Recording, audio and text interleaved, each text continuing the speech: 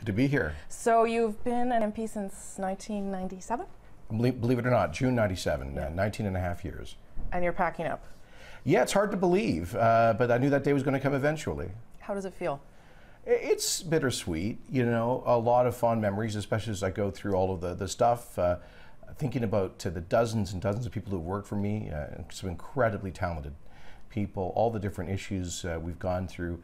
Things have changed. The world, Canadian politics, Parliament has changed and changed again many times over the 2 decades. So going through the memories is bittersweet, but you know, there's a time and a season for everything, and I've got a new challenge in Alberta. So I'm kind of energized by that, but there's a certain nostalgia about packing all of this up. You're not leaving politics. I guess that's the difference compared to other people. One of the things that you've seen over that period of time, that 19 and a half years, is how your party has evolved, right? Yeah. You initially came as a reformer. Yeah, I was elected for 3 different parties: Reform, then Canadian Alliance, then Conservative Party of Canada. You must be one of the few to have that. I think there's 2 others, Deepak O'Brien and Jerry Ritz. I think we're down to that. So what does that, what has that been like to see that evolution of the Conservative movement at the federal level? It's been fascinating. I mean, one of the reasons I ran back in '97 as a whippersnapper, I think I was 28, was because I wanted to be a voice for unity amongst Conservatives at the national level. I was afraid that we were going to have a situation of almost permanent Liberal governments by default, which I didn't think was good for Canadian democracy. So Preston Manning asked me to start in 1997 as the chair of something called the United Alternative Task Force. Yes. I traveled to over 150 ridings in every province to promote dialogue between progressive Conservatives and Reformers to search out whether we could find some form of cooperation to stop the vote splitting. You know, with Joe Clark's leadership, that wasn't possible, but it did mutate into the Canadian Alliance, and I think perhaps helped to set the foundation for the merger in 2003 between Stephen Harper and Peter MacKay, and then beyond that. So it was, those were intense years. It was a lot of work, and unfortunately, in the midst of it, there was also some internal division. We went through a civil war in the Canadian Alliance at one point, as you recall. At one point, we had 3 ostensibly center-right formations in the House of Commons. So those were interesting years. So maybe that'll be a chapter if I ever write my memoirs, for sure. Oh yeah, I'm sure you will too. Where do you think the party is at now, right? Because so Stephen Harper and Peter MacKay, the founders of the party, have left. Peter MacKay says, I'm not going to stay along. You as well, you were one of the people that brought them together. You are also going. Where is the party, and do you see any possibility for it being pulled? Maybe not apart the way it was.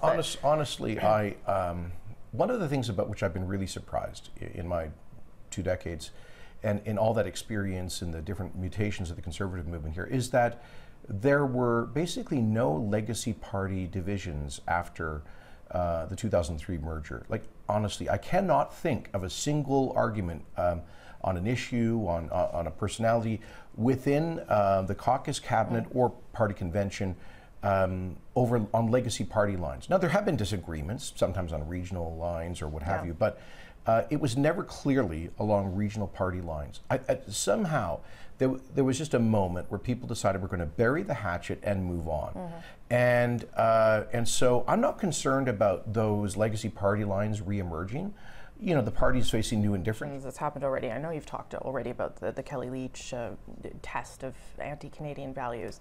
Does any of that talk concern you, given how much time you spent reaching out to minority communities in this country? I mean, that was what you were doing, right? I mean, that was your thing. Look, let me put it this way. The Conservative Party cannot form a government unless it is doing very well, and I think ideally is the party of choice amongst new Canadians and members of our cultural communities. This is something I said to Stephen Harper. Remember, he and I had a, I'll tell you a funny story. I think in 1995, Stephen was leaving as a Reform MP, and I was in town here visiting as the president of the Canadian Taxpayers Federation. It was '96, and we went off to watch Quentin Tarantino's Pulp Fiction.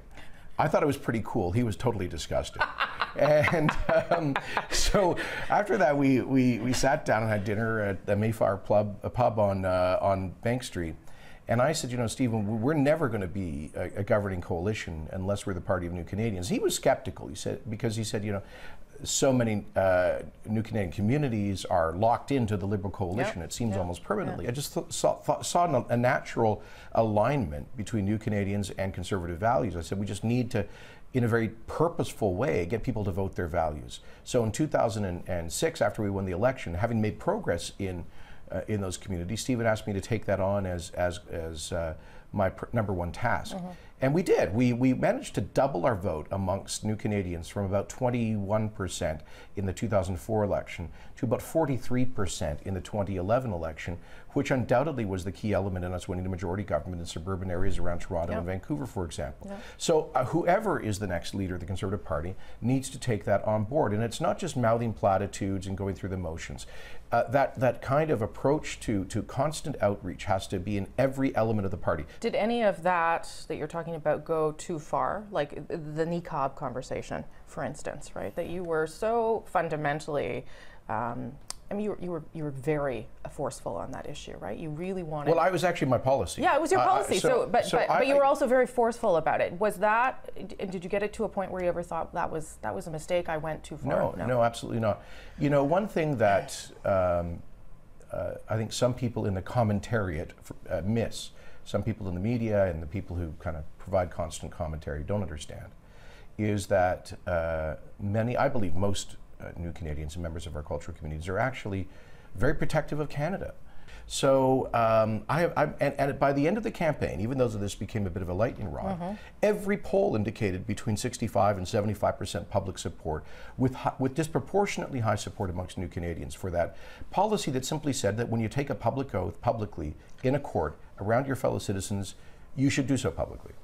But the other part of that got maybe, I don't know, maybe it became more of a lightning point was the barbaric cultural practices tip line, the revoking citizenship for people who had committed terrorists. I mean, lots of immigrants felt fearful about that. When I talked to lots of Conservatives who told me they went to the door and they misunderstood the policy. Yeah, there's no doubt that there was a campaign of just gross distortion by the Liberals, and I think some of these issues were not at all well communicated during the campaign. All I can tell you is that in my capacity as Minister of Immigration, we adopted many of those policies. They were not the least bit contentious.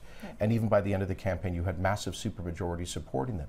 Where some, the Liberals went around, let me be absolutely blunt, they created a whisper campaign and handed out sort of unofficial flyers telling people that if their child who was born in Canada had a traffic bylaw infraction, they were going to be deported. Well, this is, of course, absolutely absurd. But one thing I've learned in politics is it's much easier to tell a simple lie than a complicated truth. As Mark Twain said, sometimes the lie can get halfway around the world before the truth can put its boots on. There's the kind of context in which we were operating, and perhaps we didn't foresee that degree of cynicism by our adversaries that perhaps we ought to have. So you're now off on this other mission. You've sort of done it before in ways, I guess, right? I mean, you've united the right before, and now you're about to try and do it again. Is it daunting? And if you don't succeed, do you come back? Well, no, I'm totally focused. I've just last night signed my resignation letter to Speaker Regan, effective the end of this week.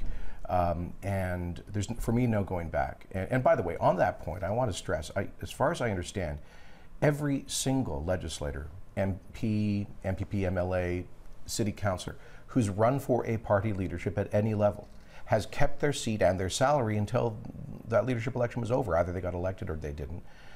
They always had their elected position to fall back on. As far as I can tell, according to the Library of Parliament, I will be the only elected legislator in Canadian history to resign his or her seat at the beginning of the leadership process. For me, there is no going back.